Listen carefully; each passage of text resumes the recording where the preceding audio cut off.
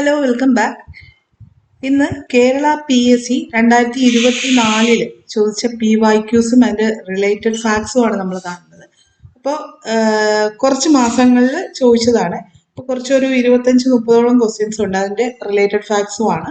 അപ്പോൾ വരാൻ പോകുന്ന LDC മുതലായ പരീക്ഷകൾക്ക് വളരെയധികം ഉപകാരപ്രദമായിരിക്കും ഈ ഒരു ക്ലാസ്. അപ്പോൾ നമുക്ക് നോക്കാം. ഫസ്റ്റ് ക്വസ്റ്റ്യൻ നോക്കി. താഴെ നൽകിയിരിക്കുന്ന പ്രസ്താവനകളിൽ ശരിയായത് കണ്ടെത്തുക. ഇതിൽ ശരിയായിട്ടുള്ളത് ഏതാണ്? കുളച്ചൽ യുദ്ധത്തിൽ മാർത്താണ്ഡവർമ്മ ഡച്ചുകാരെ പരാജയപ്പെടുത്തി. എല്ലാവർക്കും അറിയാവുന്ന കാര്യമാണ്, ശരിയാണ്. കേരളത്തിൽ നടന്ന ആദ്യത്തെ സംഘടിത കലാപമാണ് ആറ്റിങ്ങൽ കലാപം, അതും ശരിയാണ് അല്ലെ. ഓക്കെ, കേരളത്തിൽ നടന്ന ആദ്യത്തെ കലാപം ഏതാണ്? അഞ്ചുതെങ്ങ് കലാപമാണ് അല്ലെ, അഞ്ചുതെങ്ങ് കലാപം.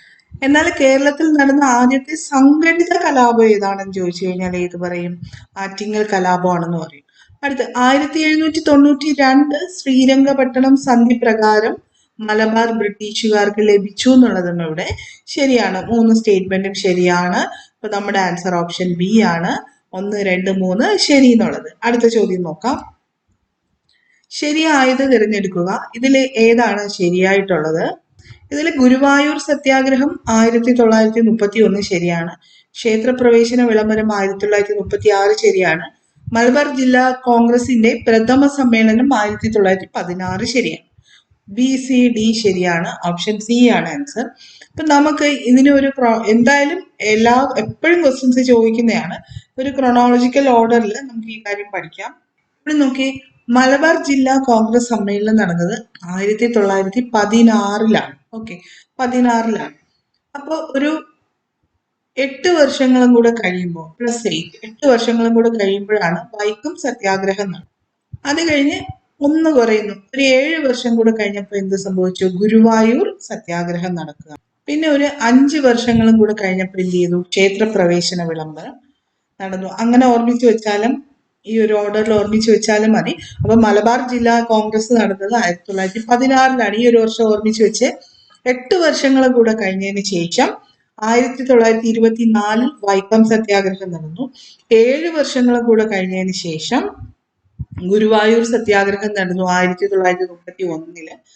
5 വർഷങ്ങൾക്ക് ശേഷം ക്ഷേത്രപ്രവേശന വിളംബരം സംഭവിച്ചു 1936. ഓക്കെ ആണല്ലോ. അടുത്ത ക്വസ്റ്റ്യൻ നോക്കാം. 1.25 കോടി മലയാളികൾ എന്ന ഗ്രന്ഥം രചിച്ചതാണ്.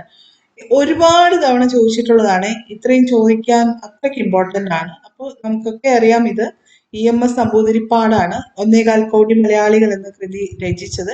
അതുപോലെ തന്നെ കേരള മലയാളികളുടെ മാതൃഭൂമി, ഇതൊക്കെ രചിച്ചത് EMS ആണ്. അദ്ദേഹത്തിന്റെ പുസ്തകമാണ്. അടുത്ത ചോദ്യം നോക്കിയേ. വൈക്കം സത്യാഗ്രഹത്തിന് നേതൃത്വം നൽകിയത് ആരാണ്? TK മാധവനാണ്. നമുക്ക് അറിയാവുന്നതാണ്. TK മാധവനാണ് വൈക്കം സത്യാഗ്രഹത്തിന് നേതൃത്വം നൽകിയത്. അടുത്ത, കേരളത്തെ ഭ്രാന്താലയം എന്ന് വിളിച്ച സാമൂഹ്യ പരിഷ്കർത്താവ് ആരാണ്? പഴയ ക്വസ്റ്റ്യൻ പേപ്പർ മുതൽ എടുത്ത് നോക്കിക്കഴിഞ്ഞു കഴിഞ്ഞാലും ചോദിക്കുന്ന ഒരു ക്വസ്റ്റ്യൻ ആണിത്. സ്വാമി വിവേകാനന്ദനാണ്. അപ്പൊ ഇപ്പോഴും ഇത് 2024 മാത്രം ചോദിച്ച ക്വസ്റ്റ്യൻസ് ആണ് കേട്ടോ. അപ്പൊ 2024 വീണ്ടും റിപ്പീറ്റ് ചെയ്ത് ചോദിക്കുന്നുണ്ട്. അപ്പോൾ സിമ്പിൾ ആയിട്ടുള്ള ഒരു ക്വസ്റ്റ്യൻ ആണ്, 1 മാർക്ക് കിട്ടും. അടുത്ത ക്വസ്റ്റ്യൻ നോക്കിയേ. തിരുവിതാംകൂറിലെ രാജവാഴ്ചയുടെ അഴിമതികളെയും അനീതികളെയും വെളിച്ചത്ത് കൊണ്ടുവന്ന സ്വദേശാഭിമാനി പത്രത്തിന്റെ സ്ഥാപകൻ ആരാണ്? നമ്മളൊക്കെ സ്വദേശാഭിമാനി രാമകൃഷ്ണ പിള്ള, അത് ഓർത്തിട്ട് രാമകൃഷ്ണ പിള്ള എന്ന് വിചാരിക്കും. പക്ഷെ വക്കം അബ്ദുൽ ഖാദർ മൗലവിയാണ് ഈ ഒരു പത്രം കൊണ്ടുവന്നത്. ഈ പത്രത്തിലെ ഒരു എഡിറ്റർ ആയിരുന്നു ആര്? സ്വദേശാഭിമാനി രാമകൃഷ്ണ പിള്ള. ഓക്കെ, ഈ ഒരു പത്രം, സ്വദേശാഭിമാനി പത്രം നിലവിൽ വരുന്നത് 1905. ഇതെവിടെയാണ് പ്രവർത്തനം ആരംഭിച്ചത്? അഞ്ചുതെങ്ങ് എന്ന് പറയുന്ന സ്ഥലത്താണ്. നമുക്കറിയാം, കേരളത്തിൽ ആദ്യത്തെ കലാപം നടന്ന സ്ഥലമാണ് അഞ്ചുതെങ്ങ്. ഈ അഞ്ചുതെങ്ങിലാണ് സ്വദേശാഭിമാനി എന്ന് പറയുന്ന പത്രം ആരംഭിക്കുന്നത്. പിന്നീട് അത് അഞ്ചുതെങ്ങിൽ നിന്ന് തിരുവനന്തപുരത്തേക്ക് അതിന്റെ പ്രവർത്തനം മാറ്റുന്നുണ്ട്. അപ്പോൾ അഞ്ചുതെങ്ങിൽ നിന്ന് സ്വദേശാഭിമാനി പത്രത്തിന്റെ പ്രവർത്തനം തിരുവനന്തപുരത്തേക്ക് മാറ്റിയത് K രാമകൃഷ്ണ പിള്ളയാണ്. ഓക്കെ, അപ്പൊ രാമകൃഷ്ണ പിള്ളയുടെ പ്രത്യേകത എന്താണ്? സ്വദേശാഭിമാനി പത്രത്തിന്റെ സ്ഥാപകനൊന്നുമല്ല. അഞ്ചുതെങ്ങിൽ നിന്ന് തിരുവനന്തപുരത്തേക്ക് പത്രപ്രവർത്തനം മാറ്റിയത് രാമകൃഷ്ണ പിള്ളയാണ്. മാത്രമല്ല 1910 സെപ്റ്റംബർ 6 ഈ ഒരു പത്രം തിരുവിതാംകൂർ സർക്കാർ നിരോധിക്കുന്നത്. ഓക്കെ, അത് ഈ ഒരു ഡേറ്റ് ഇമ്പോർട്ടന്റ് ആണ് കേട്ടോ. അപ്പൊ സ്വദേശാഭിമാനി പത്രം ആരംഭിച്ച 1905-ലാണ്. 1910 സെപ്റ്റംബർ 26-നാണ് സ്വദേശാഭിമാനി പത്രം തിരുവിതാംകൂറിൽ നിരോധിക്കുന്നത്. മാത്രമല്ല ഇതിന് ഈ ഒരു പത്രത്തിന് ആപ്തവാക്യമുണ്ട്. ഭയകൗടില്യ ലോഭങ്ങൾ വളർക്കില്ലൊരു നാടിനെ എന്നുള്ളതാണ് സ്വദേശാഭിമാനി പത്രത്തിന്റെ ആപ്തവാക്യം അല്ലെങ്കിൽ ടൈപ്പ് തീം എന്ന് പറഞ്ഞാൽ. ഓക്കെ, അപ്പൊ എക്സാമിന് ഇങ്ങനെ ചോദിക്കാം, ഭയകൗടില്യ ലോഭങ്ങൾ വളർക്കില്ലൊരു നാടിനെ. ഈ ആപ്തവാക്യം എന്തിന്റെയാണ്, ഏത് പത്രത്തിന്റെ ആണെന്ന് ചോദിക്കാം. അപ്പൊ സ്വദേശാഭിമാനി പത്രത്തിന്റെയാണ്. മറ്റു ധാരാളം പ്രത്യേകതകളുണ്ട്, നമ്മളെല്ലാം ഇവിടെ പറയുന്നില്ല. അടുത്ത ചോദ്യത്തിലേക്ക് പോവാം. കേരളത്തിലെ ആദ്യകാല സാമൂഹ്യ പരിഷ്കർത്താക്കളിൽ ഒരാളായിരുന്ന വൈകുണ്ഠസ്വാമികളുടെ പ്രവർത്തനങ്ങളിൽ ഉൾപ്പെടാത്തത് ഏതെല്ലാം? ഇവിടെ ഉൾപ്പെടാത്തതാണ് ചോദിച്ചിരിക്കുന്നത്. ബ്രിട്ടീഷ് ഭരണത്തെ വെൺ നീച ഭരണം എന്ന് പറഞ്ഞത് ആരാണ്? അത് പ്രീവിയസ് ഇയറിൽ ചോദിച്ചിട്ടുള്ളതാണ് അല്ലെ. ബ്രിട്ടീഷ് ഭരണത്തെ വെൺ നീച ഭരണം എന്ന് പറഞ്ഞത് വൈകുണ്ഠസ്വാമികളാണ്, ശരിയാണ്. സമപന്തി ഭോജനം സംഘടിപ്പിച്ചു, ശരിയാണ്. മനുഷ്യത്വമാണ് മനുഷ്യന്റെ ജാതി എന്ന് പറഞ്ഞു, തെറ്റാണ്. പിന്നെ ആരാണ് ഇത് പറഞ്ഞത്? മനുഷ്യത്വമാണ് മനുഷ്യന്റെ ജാതി എന്ന് പറഞ്ഞത് ശ്രീനാരായണ ഗുരുവാണ്. ഇനി സമത്വ സമാജം എന്ന സംഘടന സ്ഥാപിച്ചു, ശരിയാണ്. ഓക്കെ, അപ്പൊ മനുഷ്യത്വമാണ് മനുഷ്യന്റെ ജാതി എന്ന് പറഞ്ഞ ശ്രീനാരായണ ഗുരുവാണ്. ബാക്കിയൊക്കെ ശരിയാണ്. ഇവിടെ 1, 2, 4 ശരിയാണ്, തെറ്റിപ്പോയത് 3 മാത്രമാണ്. അപ്പൊ ഓപ്ഷൻ എ ആണ് നമ്മുടെ ആൻസർ. അടുത്ത് നോക്കി, 1921 താഴെ പറയുന്നവയിൽ ഏത് സംഭവത്തിന്റെ ശതാബ്ദി വർഷമാണ്? വാഗൺ ട്രാജഡിയുടെ ആണ് കേട്ടോ, വാഗൺ ട്രാജഡിയുടെ ശതാബ്ദി വർഷമാണ്. അടുത്ത് തന്നിരിക്കുന്ന ജോഡികളിൽ തെറ്റായത് ഏതാണ്? ഏതൊക്കെയാണ് തെറ്റായിട്ടുള്ളതെന്നാണ് ചോദിക്കുന്നത്. ഇവിടെ തിരുവനന്തപുരത്ത് അടിമത്ത നിരോധനം 1912-ലായിരുന്നു, ശരിയാണ്. കൊച്ചിയിൽ അടിമത്ത നിരോധനം 1845-ലാണ്. ഇനി യൂണിവേഴ്സിറ്റി കോളേജിന്റെ രൂപീകരണം 1837 എന്നുള്ളത് തെറ്റാണ്. അടുത്ത് നോക്കി, എറണാകുളം മഹാരാജാസ് കോളേജിന്റെ രൂപീകരണം 1875-ആണ്, അതും ശരിയാണ്. അപ്പൊ തെറ്റായിട്ടുള്ളത് 3 മാത്രം, ഓപ്ഷൻ സി ആണ് ആൻസർ. അടുത്ത് നോക്കി, സാമൂഹ്യ പരിഷ്കർത്താവായ ചട്ടമ്പി സ്വാമികളുമായി ബന്ധപ്പെട്ട തെറ്റായ പ്രസ്താവന ഏതാണ്? തെറ്റായതാണ് ഇവിടെ കാണേണ്ടത്. ഓക്കെ, 1851 തിരുവനന്തപുരം ജില്ലയിലെ കൊല്ലൂരിൽ ജനനം. നമുക്കൊക്കെ അറിയാം തിരുവനന്തപുരം ജില്ലയിലാണ്, പക്ഷെ എവിടെയാണ്? കണ്ണമൂലയാണ് അല്ലെ, കണ്ണമൂല, തിരുവനന്തപുരം ജില്ലയിലെ കണ്ണമൂലയിലാണ്. അതുപോലെ തന്നെ മറ്റൊരു സാമൂഹ്യ പരിഷ്കർത്താവ് ഉണ്ടല്ലോ, അയ്യങ്കാളി അല്ലെ. അയ്യങ്കാളി ആണെങ്കിലോ തിരുവനന്തപുരം ജില്ലയിലെ വെങ്ങാനൂരാണ്. ഇത് രണ്ടും എപ്പോഴും ചോദിക്കാറുള്ളതാണ്. വെങ്ങാനൂരാണ് അയ്യങ്കാളി. ചട്ടമ്പി സ്വാമികളാണെങ്കിലോ തിരുവനന്തപുരം ജില്ലയിലെ കണ്ണമൂലയിലാണ്. അപ്പൊ ഇവിടെ കൊല്ലൂരിൽ എന്നുള്ളത് തെറ്റാണ്, ഓപ്ഷൻ 1 തെറ്റാണ്. സ്വാമിനാഥ ദേശികർ ചട്ടമ്പി സ്വാമികളെ തമിഴ് വേദാന്ത ശാസ്ത്രം അഭ്യസിപ്പിച്ചു, ശരിയാണ്. ചട്ടമ്പി സ്വാമികളുടെ സ്മാരകം സ്ഥിതി ചെയ്യുന്നത് പന്മനയിലാണ്, ശരിയാണ്. കേരളത്തിലെ ദേശനാമങ്ങൾ ചട്ടമ്പി സ്വാമികളുടെ കൃതിയാണ്, അതും ശരിയാണ്. അപ്പൊ തെറ്റായത് ഇവിടെ ഓൺലി 1 മാത്രമാണ്, ഓപ്ഷൻ 1 മാത്രമാണ് ഇവിടെ തെറ്റായിട്ടുള്ളത്. അടുത്ത് നോക്കിയേ, ഈ ചട്ടമ്പി സ്വാമികളെ കുറിച്ചിട്ടുള്ള ഡീറ്റെയിൽസ് വളരെ ഇമ്പോർട്ടന്റ് ആണ്. അപ്പൊ ചട്ടമ്പി സ്വാമികൾ നമ്മൾ പറഞ്ഞ പോലെ തന്നെ കണ്ണമൂലയിലാണ് ജനിച്ചത്. അദ്ദേഹത്തിന് മറ്റു ചില പേരുകളിൽ കൂടെ അറിയപ്പെടുന്നു കേട്ടോ. എന്തൊക്കെയാണ് ആ പേരുകള്? സർവവിദ്യാധിരാജ, ശ്രീബാല ഭട്ടാകരൻ, ഈ പേരുകളിലൊക്കെ അറിയപ്പെടുന്നത് ചട്ടമ്പി സ്വാമികളാണ്. ഇനി അദ്ദേഹത്തിന്റെ ജന്മദിനം എന്നാണ്? ഓഗസ്റ്റ് 25-ആണ്. ഓഗസ്റ്റ് 25 ഈ ദിവസത്തിന് നമ്മൾ മറ്റൊരു പ്രത്യേകതയായി ആചരിക്കുന്നുണ്ട്, അതായത് ജീവകാരുണ്യ ദിനമായിട്ടാണ് ആചരിക്കുന്നത്. അപ്പൊ ഏത് സാമൂഹ്യ പരിഷ്കർത്താവിന്റെ ജന്മദിനമാണ് നമ്മൾ ജീവകാരുണ്യ ദിനമായി ആചരിക്കുന്നത്? ചട്ടമ്പി സ്വാമികളുടെയാണ്. ഇനി അദ്ദേഹത്തിന്റെ ബാല്യകാല നാമം ഇങ്ങനെ ചോദിക്കാറുണ്ട്, യഥാർത്ഥ പേര് ഏതാണ്, ബാല്യകാല നാമം ഏതാണെന്നൊക്കെ. അദ്ദേഹത്തിന്റെ ബാല്യകാല നാമം കുഞ്ഞൻപിള്ള എന്നായിരുന്നു കേട്ടോ, കുഞ്ഞൻപിള്ള എന്നായിരുന്നു. യഥാർത്ഥ നാമം അയ്യപ്പൻ എന്നായിരുന്നു. ഓക്കെ, ഇതും ചോദിച്ചിട്ടുള്ളതാണെന്ന് തോന്നുന്നു, അയ്യപ്പൻ. ഓക്കെ, അപ്പൊ ചട്ടമ്പി സ്വാമികളുടെ ബാല്യകാല നാമം കുഞ്ഞൻപിള്ളയും യഥാർത്ഥ പേര് അയ്യപ്പൻ എന്നായിരുന്നു. ഇനി അദ്ദേഹത്തിന് ഷൺമുഖദാസൻ എന്ന് വിളിച്ചിരുന്നത് ആരാണ്? തൈക്കാട് അയ്യാണ് കേട്ടോ. അദ്ദേഹത്തിന് ഷൺമുഖദാസൻ എന്ന് വിളിച്ചിരുന്ന തൈക്കാട് അയ്യാണ്. അതുപോലെ തന്നെ കാശം ധരിക്കാത്ത സന്യാസി, കാവിയും കമണ്ഡലവും ഇല്ലാത്ത സന്യാസി എന്നൊക്കെ അറിയപ്പെടുന്നത് ചട്ടമ്പി സ്വാമികളാണ്. ഇനി പട്ടിസദ്യ നടത്തിയത് അദ്ദേഹമാണ്. തിരുവനന്തപുരം സെക്രട്ടേറിയറ്റിൽ ക്ലർക്കായി ജോലി ചെയ്തിരുന്ന സാമൂഹ്യ പരിഷ്കർത്താവാണ് ചട്ടമ്പി സ്വാമികൾ. ഓക്കെ. അയിത്തം അറബിക്കടലിൽ തള്ളണം എന്ന് ആഹ്വാനം ചെയ്ത വ്യക്തിയാണ് അദ്ദേഹം. അദ്ദേഹത്തിന്റെ ഒരു പ്രധാനപ്പെട്ട ശിഷ്യനാണ് ബോധേശ്വരൻ. ഓക്കെ, ബോധേശ്വരൻ. ഈ ബോധേശ്വരന്റെ പ്രത്യേകത എന്താണ്? ജയ ജയ കോമള കേരള ധരണി, നമ്മളൊക്കെ സ്കൂളിൽ പഠിച്ചിട്ടുള്ള പാട്ടാണ്. ഈ ഗാനം രചിച്ചത് ബോധേശ്വരനാണ്. അപ്പൊ ബോധേശ്വരൻ ആരായിരുന്നു? ചട്ടമ്പി സ്വാമികളുടെ ശിഷ്യനായിരുന്നു. അദ്ദേഹമാണ് ജയ ജയ കോമള കേരള ധരണി എന്നുള്ള ഗാനം രചിച്ചത്.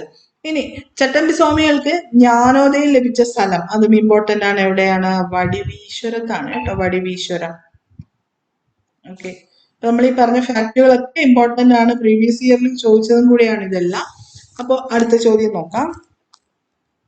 താഴെ കൊടുത്തിരിക്കുന്നവയെ ശരിയായത് രേഖപ്പെടുത്തുക. ഇതിലെ ശരിയായത് ഏതാണ്? ശ്രീനാരായണ ഗുരു ആത്മോപദേശ ശതകം, ചട്ടമ്പി സ്വാമികൾ വേദാധികാര നിരൂപണം, വൈകുണ്ഠ സ്വാമികൾ പ്രാചീന മലയാളം എന്നുള്ളത് തെറ്റാണ്. വാഗ്ഫടാനന്ദൻ അഭിനവ കേരളം. 1, 2, 4 ശരിയാണ്. തെറ്റായിട്ടുള്ളത് 3 മാത്രമാണ്. നമുക്ക് ശരിയായിട്ടുള്ളതാണ് വേണ്ടത്. ഓപ്ഷൻ സി ആണ് ആൻസർ. അടുത്ത് നോക്കിയേ. വൈകുണ്ഠ സ്വാമികളുമായി ബന്ധപ്പെട്ട പ്രസ്താവനകൾ കണ്ടെത്തുക. കണ്ടോ, വൈകുണ്ഠ സ്വാമിയുമായി 2024 തന്നെ എത്ര ക്വസ്റ്റ്യൻ ആയി എന്ന് കണ്ടോ. 2024 മുഴുവൻ വർഷങ്ങളായിട്ടില്ലേ അല്ലെ? കഴിഞ്ഞ ഒരു 6 മാസത്തിനുള്ളിൽ നടന്ന എക്സാംസിന്റെ ക്വസ്റ്റ്യൻസ് മാത്രമാണ് നമ്മളിവിടെ ഡിസ്കസ് ചെയ്യുന്നത്. അതിൽ തന്നെ എത്ര പ്രാവശ്യം ചോദിച്ചു എന്ന് കണ്ടല്ലോ. അപ്പൊ അത്രയ്ക്കും ഇമ്പോർട്ടന്റ് ആണ്. ബ്രിട്ടീഷ് ഭരണത്തെ വെണ്ണീച ഭരണം എന്ന് വിശേഷിപ്പിച്ചു. ഈ ഓപ്ഷൻ തന്നെയാണ് നേരത്തെ ക്വസ്റ്റ്യനിലും ചോദിച്ചത്. അപ്പൊ അത് ശരിയാണ്, നമുക്കറിയാവുന്നതാണ്. പ്രാചീന മലയാളം എന്ന കൃതി രചിച്ചു, അത് തെറ്റാണ്. വേല ചെയ്താൽ കൂലി കിട്ടണം എന്ന നിലപാട് അദ്ദേഹത്തിന്റെയാണ്, ശരിയാണ്. കേരളത്തെ ഭ്രാന്താലയം എന്ന് വിശേഷിപ്പിച്ചത് ആരാണ്? സ്വാമി വിവേകാനന്ദനാണ് അല്ലെ? അപ്പൊ ഇവിടെ 2ഉം 4ഉം തെറ്റാണ്, 1ഉം 3ഉം ശരിയാണ്. ശരിയായിട്ടുള്ള ഏതാണ്? 1ഉം 3ഉം ഓപ്ഷൻ എ ആണ്. അടുത്ത് നോക്കിയേ. ശ്രീനാരായണ ഗുരു അവസാനം നടത്തിയ പ്രതിഷ്ഠ ഏതാണ്? കളവൻകോട് പ്രതിഷ്ഠയാണ് കേട്ടോ. കളവൻകോട് പ്രതിഷ്ഠയാണ് ശ്രീനാരായണ ഗുരു അവസാനം നടത്തിയ പ്രതിഷ്ഠ. അടുത്ത്, പൊയ്കയിൽ ശ്രീ കുമാര ഗുരുദേവനുമായി ബന്ധപ്പെട്ട് ശരിയായ പ്രസ്താവന കണ്ടെത്തുക. വളരെ ഇമ്പോർട്ടന്റ് ആണ്. ഇദ്ദേഹവുമായി റിലേറ്റ് ചെയ്ത ക്വസ്റ്റ്യൻസും ഒത്തിരി തവണ ചോദിച്ചിട്ടുള്ളതാണ്. അപ്പോ പൊയ്കയിൽ കുമാര ഗുരുദേവൻ, അല്ലെങ്കിൽ പൊയ്കയിൽ അപ്പച്ചൻ, അല്ലെങ്കിൽ പൊയ്കയിൽ യോഹന്നാൻ എന്നൊക്കെ അറിയപ്പെടുന്ന അദ്ദേഹമാണ്. അദ്ദേഹവുമായി ബന്ധപ്പെട്ട പ്രസ്താവന നോക്കി. 1-ാം ലോക മഹായുദ്ധ കാലത്ത് യുദ്ധവിരുദ്ധ ജാഥ നടത്തി, ശരിയാണ്. സാമൂഹ്യ പിന്നോക്കാവസ്ഥ പരിഹരിക്കാനുള്ള മാർഗം വിദ്യാഭ്യാസമാണെന്ന് അദ്ദേഹം പറഞ്ഞില്ല, തെറ്റാണ്. പാട്ടുകളിലൂടെയാണ് അദ്ദേഹം തന്റെ ആശയം പ്രചരിപ്പിച്ചത്, ശരിയാണ്. വില്ലുവണ്ടി യാത്ര നടത്തി എന്നുള്ളത് തെറ്റാണ്. കാരണം വില്ലുവണ്ടി യാത്ര നടത്തിയത് ആരാണ്? അയ്യങ്കാളിയാണ് അല്ലെ? നമുക്കറിയാം. അപ്പൊ ഇവിടെ 1ഉം 3ഉം മാത്രമാണ് ശരി. 1 കേട്ടപ്പോ തന്നെ നമുക്കറിയാലോ, യുദ്ധവിരുദ്ധ ജാഥ നടത്തിയത്, സമാധാനം എന്നൊക്കെ പറഞ്ഞുകൊണ്ട് യുദ്ധവിരുദ്ധ ജാഥ നടത്തിയത് പൊയ്കയിൽ കുമാര ഗുരുദേവൻ, അല്ലെങ്കിൽ പൊയ്കയിൽ അപ്പച്ചൻ, അല്ലെങ്കിൽ പൊയ്കയിൽ യോഹന്നാനാണെന്ന് നമുക്കറിയാം. അപ്പൊ 1ാമത്തത് ഇവിടെ ആവശ്യമാണ് അല്ലെ? അപ്പൊ 1ഇല്ലാത്ത എല്ലാത്തിനെയും വെട്ടിക്കളയുമ്പോൾ തന്നെ നമ്മള് നമ്മുടെ 2 ഓപ്ഷനിലോട്ട് പോയി. 1ഉം 3ഉം അല്ലെങ്കിൽ 1ഉം 2ഉം. അപ്പൊ 3 നോക്കിയേ. പാട്ടുകളിലൂടെയാണ് ആശയം പ്രചരിപ്പിച്ചത്. അതും ഇദ്ദേഹത്തിന്റെ റിലേറ്റ് ചെയ്ത കാര്യമാണ്. വില്ലുവണ്ടി യാത്ര നടത്തിയത് ഇദ്ദേഹം അല്ല എന്ന് നമുക്കറിയാം. അപ്പൊ നമുക്ക് നമ്മുടെ ആൻസറിലോട്ട് വരാം. 1ഉം 3ഉം ആണ്. ഓപ്ഷൻ സി ആണ് ആൻസർ. അടുത്ത് നോക്കിയേ. ആധുനിക കാലഘട്ടത്തിൽ കേരളത്തിൽ പ്രവർത്തിച്ചിരുന്ന മിഷണറി സംഘങ്ങൾ ഏതൊക്കെയാണ്? ലണ്ടൻ മിഷൻ സൊസൈറ്റി, അല്ലെങ്കിൽ LMS, അല്ലെങ്കിൽ ബാസൽ ഇവാഞ്ചലിക്കൽ മിഷൻ, പിന്നെ അതുപോലെ തന്നെ CMS. ഇതൊക്കെ എവിടെയായിരുന്നു പ്രവർത്തനം നടത്തിയിരുന്നതെന്ന് ഇടക്കാലത്തുള്ള ക്വസ്റ്റ്യൻസിൽ ചോദിക്കാറുണ്ട് അല്ലെ? LMS, CMS, ബാസൽ ഇവാഞ്ചലിക്കൽ മിഷന്റെ പ്രവർത്തനം ഏത് സ്ഥലങ്ങളിലായിരുന്നു എന്നൊക്കെ ചോദിക്കുന്നുണ്ട്. അപ്പൊ നമുക്ക് കേരളത്തിൽ പ്രവർത്തിച്ചിരുന്ന മിഷണറി സംഘങ്ങൾ ഏതൊക്കെയാണെന്നാണ് നമുക്ക് കാണേണ്ടത്. നമുക്കറിയാം LMS ഉണ്ടായിരുന്നു എന്ന് പറയാം. ലണ്ടൻ മിഷൻ സൊസൈറ്റി, LMS ഉണ്ടായിരുന്നു. അതുപോലെ തന്നെ ബാസൽ ഇവാഞ്ചലിക്കൽ മിഷൻ, ഇത് രണ്ടിനെയും കുറിച്ച് പ്രീവിയസ് ഇയറിൽ ചോദിച്ചിട്ടുള്ളതാണ്. സെർവൻസ് ഓഫ് ഇന്ത്യ സൊസൈറ്റി ഇവിടെ പ്രവർത്തനം നടത്തിയിട്ടില്ല, കേരളത്തിൽ പ്രവർത്തനം നടത്തിയിട്ടില്ല. മുസ്ലിം ഐക്യ സംഘവും കേരളത്തിൽ പ്രവർത്തനം നടത്തിയിട്ടില്ല. അപ്പൊ നമുക്ക് നമ്മുടെ ആൻസർ ഏതാണ്? 1ഉം 3ഉം എന്നുള്ളത് ഓപ്ഷൻ എ ആണ് ആൻസർ. അടുത്ത്, കേരളത്തിലെ നവോത്ഥാന നായകരും അവർ സ്ഥാപിച്ച സ്ഥാപനങ്ങളും സംബന്ധിച്ച് ശരിയായ ജോഡി കണ്ടെത്തുക. ഇതിൽ ശരിയായതാണ് കാണേണ്ടത്. വക്കം അബ്ദുൽ ഖാദർ മൗലവി, ആ പേര് കേൾക്കുമ്പോൾ തന്നെ നമുക്കറിയാല്ലേ 1 D ആണ് അല്ലെ? കേരള മുസ്ലിം ഐക്യ സംഘം ഓക്കെ, അതിന്റെ പേരുമായി റിലേറ്റ് ചെയ്തുകൊണ്ട് തന്നെ നമുക്കൊന്ന് ഇന്റലിജന്റ് ആയിട്ട് നമുക്കൊന്ന് കണക്ട് ചെയ്യാം. അപ്പൊ 1, 2 ഒന്ന് ആലോചിച്ചേക്ക്. സോറി, 1, 2 എന്നല്ല, 1 D ആണ്. അപ്പൊ 1 D ഓപ്ഷനുള്ള ഓപ്ഷൻ ബി മാത്രമേ ഇവിടെ ഉള്ളൂ. 1 D. നമുക്ക് അങ്ങനെ തന്നെ നമ്മുടെ ആൻസറിലോട്ട് പോകാം. ഇതിലുള്ള ഓപ്ഷൻസ് എല്ലാം പരസ്പരം കണക്ട് ചെയ്ത് കാണാതെ അറിയണമെന്നൊന്നും ഇല്ല. ആ ഒരു രീതിയിൽ തന്നെ പോയാൽ നമുക്ക് ഓപ്ഷൻ ബി ആണ് ആൻസർ എന്ന് കിട്ടും. ബാക്കി നോക്കി, അയ്യങ്കാളി 2C ആണ് അല്ലെ. സാധുജന പരിപാലന യോഗം സ്ഥാപിച്ചത് അദ്ദേഹമാണ്. വൈകുണ്ഠ സ്വാമികളാണെങ്കിലോ, വൈകുണ്ഠ സ്വാമികളാണ് സമത്വ സമാജം സ്ഥാപിച്ചത്. നമ്മൾ നേരത്തെ ഒരു ഓപ്ഷനിൽ കണ്ടു. ശ്രീനാരായണ ഗുരു ശ്രീനാരായണ ധർമ്മ പരിപാലന യോഗം സ്ഥാപിച്ചു. Okay, 4D. ഒന്ന് ആലോചിച്ചേക്ക്, ഇപ്പൊ വക്ക അബ്ദുൾ ഖാദർ മൗലവിയുടെ കാര്യം അറിയില്ലാന്ന് തന്നെ ഇരിക്കുന്നു. ശ്രീനാരായണ ഗുരു ആണ് SNDP എന്ന് നമുക്കറിയാം. അപ്പൊ 4B ആണ്. 4B ഉള്ളത് ഇവിടെ ഒന്നേ ഉള്ളൂ. ഏതാണ്? ഓപ്ഷൻ ബി ആണ്. അങ്ങനെയും നമുക്ക് ആൻസർ കിട്ടും. അപ്പൊ നമുക്ക് ക്വസ്റ്റ്യൻസിൽ ചില കാര്യങ്ങൾ അറിയില്ലാത്തത് വിട്ടുപോകണം എന്ന് ചിന്തിക്കുന്നതിനെക്കാട്ടിലും ഇങ്ങനെ നമുക്ക് കുറച്ച് ഇന്റലിജന്റ് ആയിട്ട് ചിന്തിച്ചു കഴിഞ്ഞാൽ നമുക്ക് അറിയാന്നുള്ള കാര്യം മാത്രം എടുത്ത് ഒന്ന് കണക്ട് ചെയ്ത് നോക്കി കഴിഞ്ഞു കഴിഞ്ഞാൽ എലിമിനേഷൻ ടെക്നിക്ക് ഉപയോഗിച്ച് നമുക്ക് ആൻസറിലോട്ട് എത്താൻ പറ്റും. അടുത്ത് നോക്കിയേ, താഴെ കൊടുത്തിരിക്കുന്നവരിൽ മലബാർ കലാപവുമായി ബന്ധപ്പെട്ട പ്രസ്താവനകൾ ഏതൊക്കെയാണ്? മലബാർ കലാപവുമായി ബന്ധപ്പെട്ടതാണ്. മാപ്പിള കലാപങ്ങൾ എന്ന് അറിയപ്പെടുന്ന മലബാർ കലാപമാണ്. ശരിയാണ്. മലബാർ സ്പെഷ്യൽ പോലീസ് എന്നൊരു പ്രത്യേക വിഭാഗം പോലീസ് സേനയെ കലാപങ്ങൾ അടിച്ചമർത്താൻ രൂപീകരിച്ചു. ശരിയാണ്. കലാപങ്ങളെ കുറിച്ച് പഠിക്കാൻ വില്യം ലോഗൻ കമ്മീഷനെ നിയമിച്ചു. ശരിയാണ്. ബ്രിട്ടീഷുകാരുടെ തെറ്റായ നികുതി നയമാണ് മലബാർ കലാപത്തിന്റെ കാരണം. അതും ശരിയാണ്. അപ്പൊ 1, 2, 3, 4 ശരിയാണ്. ഓപ്ഷൻ ഡി ആണ് ആൻസർ. അപ്പൊ ഇവിടെ നോക്കിയേ, ഈ പോയിന്റ്സ്, ഈ 4 പോയിന്റ്സ് ഇമ്പോർട്ടന്റ് ആണ് കേട്ടോ മലബാർ കലാപവുമായി ബന്ധപ്പെട്ട്. അപ്പൊ ഈ ഓപ്ഷൻസ് പഠിച്ചു വെച്ചിരുന്നാൽ തന്നെ ഇതിൽ നിന്ന് ഏതെങ്കിലുമൊക്കെ സ്റ്റേറ്റ്മെന്റ്സ് അടുത്തുള്ള എക്സാംസിലാണെങ്കിലും വരാം. അതിലുള്ള 1, 2 സ്റ്റേറ്റ്മെന്റ്സ് അറിയാമെങ്കിലും നമുക്ക് എന്താണ് എലിമിനേഷൻ ടെക്നിക്ക് യൂസ് ചെയ്ത് കഴിഞ്ഞാൽ ആൻസറിലോട്ട് പോകാൻ പറ്റും. അപ്പൊ ഈ കേൾക്കുന്ന ഓപ്ഷൻസ് ഒക്കെ ഒന്ന് ഓർമ്മിച്ച് വെച്ചിരിക്കാൻ ശ്രമിക്കണം. അടുത്ത ക്വസ്റ്റ്യനിലോട്ട് പോവാം. കാലഗണന അനുസരിച്ച് ക്രമപ്പെടുത്തുക. ഫസ്റ്റ് ഇതിൽ നടന്ന ഏതാണ്? കുണ്ടറ വിളംബരമാണ് അല്ലെ. കുണ്ടറ വിളംബരം ഫസ്റ്റ് 1 കുണ്ടറ വിളംബരമാണ് ആദ്യം നടന്നത്. പിന്നെ നടന്നത് മലയാളി മെമ്മോറിയൽ ആണ് കേട്ടോ. രണ്ടാമത്തത് മലയാളി മെമ്മോറിയൽ ആണ്. പിന്നെ നടന്നത് ഗുരുവായൂർ സത്യാഗ്രഹം. പിന്നെ നടന്നതാണ് നിവർത്തന പ്രക്ഷോഭം. അപ്പൊ 1, 3, 4, 2 എന്നുള്ളതാണ് ആൻസർ. ഓപ്ഷൻ സി ആണ് നമ്മുടെ ആൻസർ. അടുത്ത് നോക്കി, ചേരുംപടി ചേർക്കുക. ഇതില് അയ്യങ്കാളി, നമ്മൾ ഇതുമായി ഈ സംഘടനകളും എന്താണ് സാമൂഹിക പരിഷ്കർത്താക്കളുമായിട്ട് ബന്ധപ്പെട്ട ക്വസ്റ്റ്യൻസ് ഇപ്പൊ തന്നെ കുറച്ചായല്ലേ. ഇപ്പൊ ഇമ്പോർട്ടന്റ് ആണ്. അപ്പൊ അയ്യങ്കാളിയുമായി ബന്ധപ്പെട്ട ഏതാണ്? അയ്യങ്കാളി സാധുജന പരിപാലന സംഘം. ഇനി പൊയ്കയിൽ കുമാര ഗുരുദേവനാണെങ്കിലോ, പൊയ്കയിൽ കുമാര ഗുരുദേവനാണ് പ്രത്യക്ഷ രക്ഷാ ദൈവസഭ അല്ലെങ്കിൽ PRDS എന്ന് പറയുന്ന സഭ സ്ഥാപിച്ചത്. മൂന്നാമത്തെ നോക്കിയ വാഗ്ഭടാനന്ദൻ, അദ്ദേഹമാണ് ആത്മവിദ്യ സംഘം സ്ഥാപിച്ചത്. വൈകുണ്ഠ സ്വാമികളാണെങ്കിലും സമത്വ സമാജമാണ്. അപ്പൊ ഓപ്ഷൻ എ ആണ് ആൻസർ. ഓക്കെ, അടുത്ത് നോക്കാം. താഴെ കൊടുത്തിരിക്കുന്നവയിൽ ചട്ടമ്പി സ്വാമികൾ രചിച്ച കൃതി ഏതാണ്? ചട്ടമ്പി സ്വാമികളുടെ കൃതി ഏതാണ്? ഇതില് വേദാധികാര നിരൂപണമാണ് ചട്ടമ്പി സ്വാമികളുടെ കൃതി. മറ്റു കൃതികൾ ഏതൊക്കെയാണ് ചട്ടമ്പി സ്വാമികളുടെ? അദ്വൈത ചിന്താ പദ്ധതി, വേദാന്ത സാരം, ക്രിസ്തുമത നിരൂപണം, ക്രിസ്തുമത ചേതനം, പ്രാചീന മലയാളം, ആദിഭാഷ, സർവമത സമരസ്യം.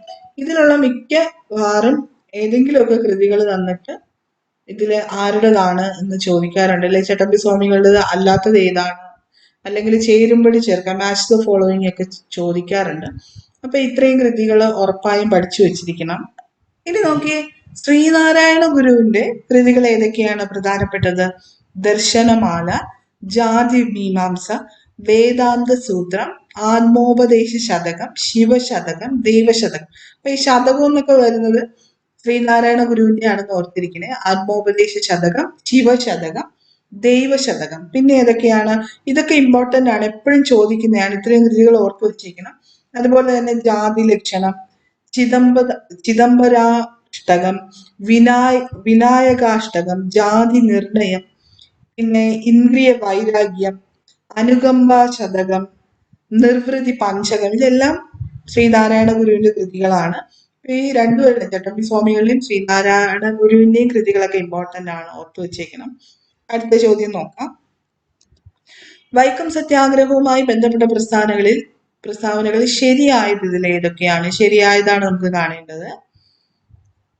നോക്കിയേ, സഞ്ചാര സ്വാതന്ത്ര്യത്തിനായി കേരളത്തിൽ നടന്ന ആദ്യ പ്രക്ഷോഭമാണ് വൈക്കം സത്യാഗ്രഹം. ശരിയാണ് അല്ലെ? കേരളത്തിൽ നടന്ന ആദ്യ പ്രക്ഷോഭം ഏതാണെന്ന് ചോദിച്ചു കഴിഞ്ഞാൽ ഏതാണ്?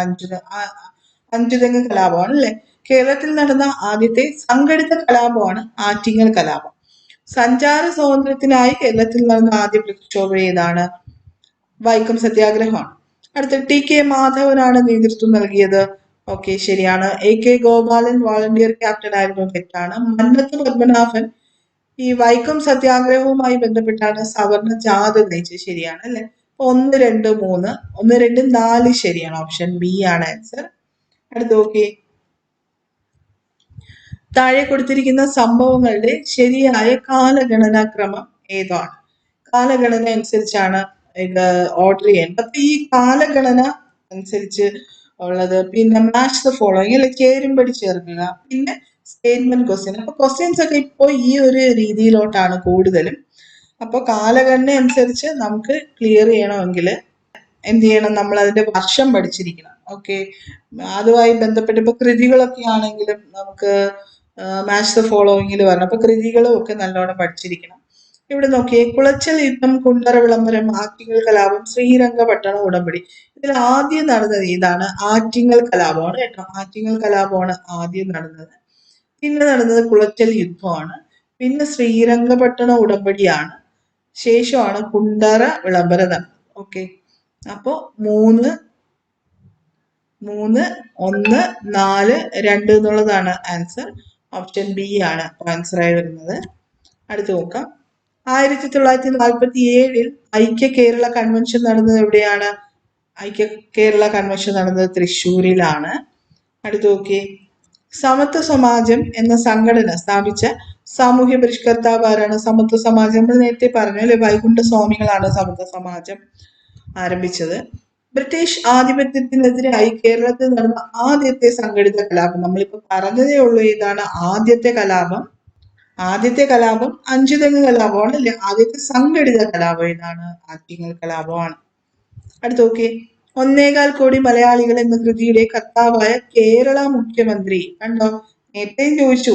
ഈ വർഷത്തിൽ കഴിഞ്ഞ 6 മാസത്തിനുള്ളിൽ രണ്ടാമത്തെ പ്രാവശ്യമാണ് ഇത് ചോദിക്കുന്നത്. ഓക്കെ, ആദ്യം ചോദിച്ചത് 1.25 കോടി മലയാളികൾ എന്ന കൃതി എഴുതിയത് ആരാണെന്നുള്ളതാണ്. ഓക്കെ, ഇപ്പൊ എന്താണ്? 1.25 കോടി മലയാളികൾ എന്ന കൃതി എഴുതിയ കേരള മുഖ്യമന്ത്രി ആരാണ്? EMS നമ്പൂതിരിപ്പാടാണ്. അടുത്ത 1817 തിരുവിതാംകൂറിൽ പ്രാഥമിക വിദ്യാഭ്യാസം സൗജന്യമാക്കിയ ഭരണാധികാരി. എടാ, ഈ പ്രാഥമിക വിദ്യാഭ്യാസം എന്ന് പറയുമ്പോൾ ഇങ്ങനെ ഓർത്തിരുന്നാൽ മതി. അതായത് നമുക്ക് പ്രധാനമായും ഇപ്പൊ തിരുവിതാംകൂറിലെ രാജാക്കന്മാര് പറയുമ്പോൾ റാണിമാര് 2 പേരാണ് ഉണ്ടായിരുന്നത്. റാണി ഗൗരി ലക്ഷ്മിഭായും റാണി ഗൗരി പാർവതിഭായും. അപ്പോ നമുക്കറിയാം ഈ ലക്ഷ്മിയൊക്കെയാണ് കൂടുതൽ ഐശ്വര്യം വിദ്യയൊക്കെ പകർന്നു തരുന്നതെന്നാണ് എനിക്ക് തോന്നുന്നത് അല്ലെ.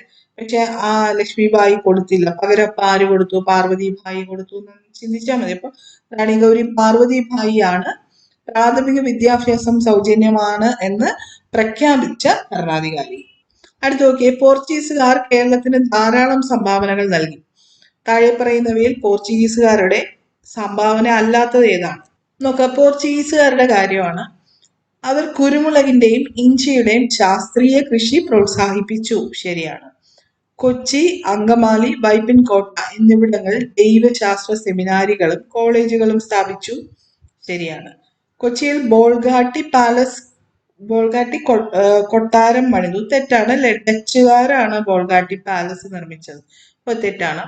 പുകയില, പൈനാപ്പിൾ, പപ്പായ തുടങ്ങിയ പുതിയ കാർഷിക ഉൽപ്പന്നങ്ങൾ അവർ അവതരിപ്പിച്ചു. അതും ശരിയാണ്. ഓക്കെ, ഇവിടെ തെറ്റായിട്ടുള്ളതല്ലേ? സംഭാവന അല്ലാത്തത് ഏതാണ്? 3 ആണ്. ഓപ്ഷൻ സി 3 മാത്രം എന്നുള്ളതാണ് നമ്മുടെ ആൻസർ. അടുത്ത് നോക്കാം.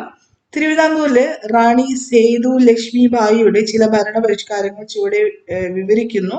അവ കാലക്രമത്തിൽ ക്രമീകരിക്കുക. അപ്പൊ സേതു ലക്ഷ്മിബായി പാർവതിബായി ആണ് അല്ലെ വിദ്യാഭ്യാസ സൗജന്യമാണെന്ന് പ്രഖ്യാപിച്ചത്. അപ്പൊ ലക്ഷ്മിബായിയുടെ പരിഷ്കാരങ്ങളാണ് തന്നിട്ടുള്ളത്. ദേവദാസി സമ്പ്രദായം നിർത്തലാക്കി. തിരുവനന്തപുരം നഗരം വൈദ്യുത ദീപങ്ങളാൽ പ്രകാശപൂരിതമായി. മൃഗബലി നിരോധിച്ചു. പിതൃതല അണുകുടുംബ സമ്പ്രദായം അവതരിപ്പിച്ചു എന്നൊക്കെയുള്ളതാണ്. അപ്പൊ ഇതില് ആദ്യത്തേത് മൃഗബലി അവസാനിപ്പിച്ചു.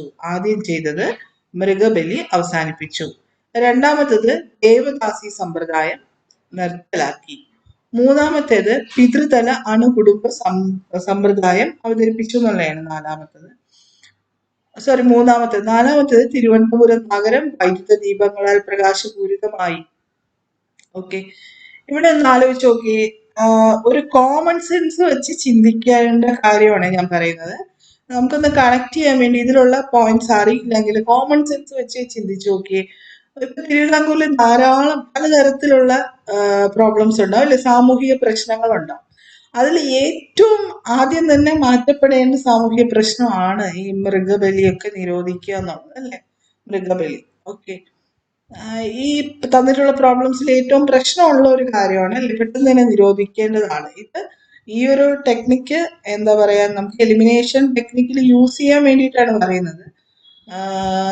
ജസ്റ്റ് കോമൺ സെൻസ് യൂസ് ചെയ്ത് നമുക്ക് ഈ ഒരു രീതിയിൽ കൊണ്ടുവന്ന് ബാക്കിയും കൂടെ ചേരുന്നുണ്ടോ നോക്കാൻ പറ്റും. അങ്ങനെ 3. ഓക്കെ, ഫസ്റ്റ് 3 ഇവിടെ 2 ഉണ്ട്. പിന്നെ ദേവദാസി സമ്പ്രദായം എപ്പോഴും വൈദ്യുത ദീപങ്ങളാൽ പ്രകാശപൂരിതമാക്കി. വൈദ്യുതിയൊക്കെ കുറച്ച് പതുക്കെയല്ലേ കൊണ്ടുവരുള്ളൂ അല്ലെ. 2 അവസാനം വരും എന്ന് നമ്മൾ ജസ്റ്റ് കോമൺ സെൻസ് വെച്ച് ചിന്തിക്കാനാണ് കേട്ടോ. അങ്ങനെ നമുക്ക് ഓപ്ഷൻ ബി അങ്ങനെ നമുക്ക് കണക്ട് ചെയ്തെടുക്കാൻ പറ്റും. അടുത്ത ക്വസ്റ്റ്യൻ നോക്കിയേ. താഴെ കൊടുത്തിരിക്കുന്നവയിൽ ശരിയായ കാലഗണനാക്രമം ഏത്? അപ്പൊ നിങ്ങൾ ശ്രദ്ധിക്കാനുള്ള കാര്യം, ഒരുപാട് ക്വസ്റ്റ്യൻസ് കാലഗണനാക്രമം പിന്നെ ചേരുംപടി ചേർക്കുക ഈ രീതിയിലാണ് ചോദിക്കുന്നത്. അപ്പൊ ധാരാളം ക്വസ്റ്റ്യൻസ് ആ ഒരു രീതിയിൽ പ്രാക്ടീസ് ചെയ്യണം. ഇവിടെ നോക്കിയേ, വൈക്കം സത്യാഗ്രഹം, ചാന്നാർ ലഹള, ക്ഷേത്രപ്രവേശന വിളംബരം, മലബാർ കലാപം. നമുക്കൊക്കെ അറിയാം ചാന്നാർ ലഹളയൊക്കെ ആദ്യം നടന്നതാണ്, പഴയ കാലത്തുള്ളതാണെന്ന് നമുക്കറിയാം അല്ലേ. 2 ആദ്യം പറഞ്ഞത് നമുക്ക് മനസ്സിലാക്കാം. അപ്പോ എയും സിയും വെട്ടിക്കളയാം, ബിയിലും ഡിയിലും ആണ് 2 ആദ്യം ഉള്ളത്. പിന്നെ നോക്കിയേ, മലബാർ കലാപമുണ്ട്, ക്ഷേത്രപ്രവേശന വിളംബരമുണ്ട്, വൈക്കം സത്യാഗ്രഹമുണ്ട്. ഇതിൽ ഏതായിരിക്കും? മലബാർ കലാപമാണ് അതിന് ശേഷം നടന്നത്. പിന്നീടാണ് വൈക്കം സത്യാഗ്രഹം, പിന്നീട് ക്ഷേത്രപ്രവേശന വിളംബരം. അങ്ങനെ നമുക്ക് ഓപ്ഷൻ ബി ആണ് ഇവിടെ ആൻസർ ആയിട്ട് വരുന്നത്. അപ്പൊ നമ്മള് ഈ 2024 ജാനുവരി മുതൽ ജൂലൈ വരെ കേരള PSC നടത്തിയ ക്വസ്റ്റ്യൻസിലെ കേരള ചരിത്രം, കേരള ഹിസ്റ്ററി ബേസ് ചെയ്ത കുറച്ച് ക്വസ്റ്റ്യൻസ് ആണ് ഈ ഒരു ക്ലാസ്സിൽ കണ്ടത്. അപ്പൊ തീർച്ചയായും നിങ്ങൾക്ക് ഈ ഒരു ക്ലാസ് വരാൻ പോകുന്ന എക്സാംസിന് ഉപകാരപ്പെടുമെന്ന് ഞാൻ വിചാരിക്കുന്നു. അപ്പോൾ ഇനി തുടർന്നും നിങ്ങൾ ഇനിയുള്ള ക്ലാസ്സും കാണണം. ഈ ഒരു ക്ലാസ് ഇഷ്ടമായാലും തീർച്ചയായും വീഡിയോ ലൈക്ക് ചെയ്യണം, ഷെയർ ചെയ്യണം. ചാനൽ സബ്സ്ക്രൈബ് ചെയ്തിട്ടില്ലെങ്കിൽ സബ്സ്ക്രൈബ് ചെയ്യണം. അപ്പോൾ അടുത്തൊരു ക്ലാസ്സുമായിട്ട് വീണ്ടും കാണാം. താങ്ക്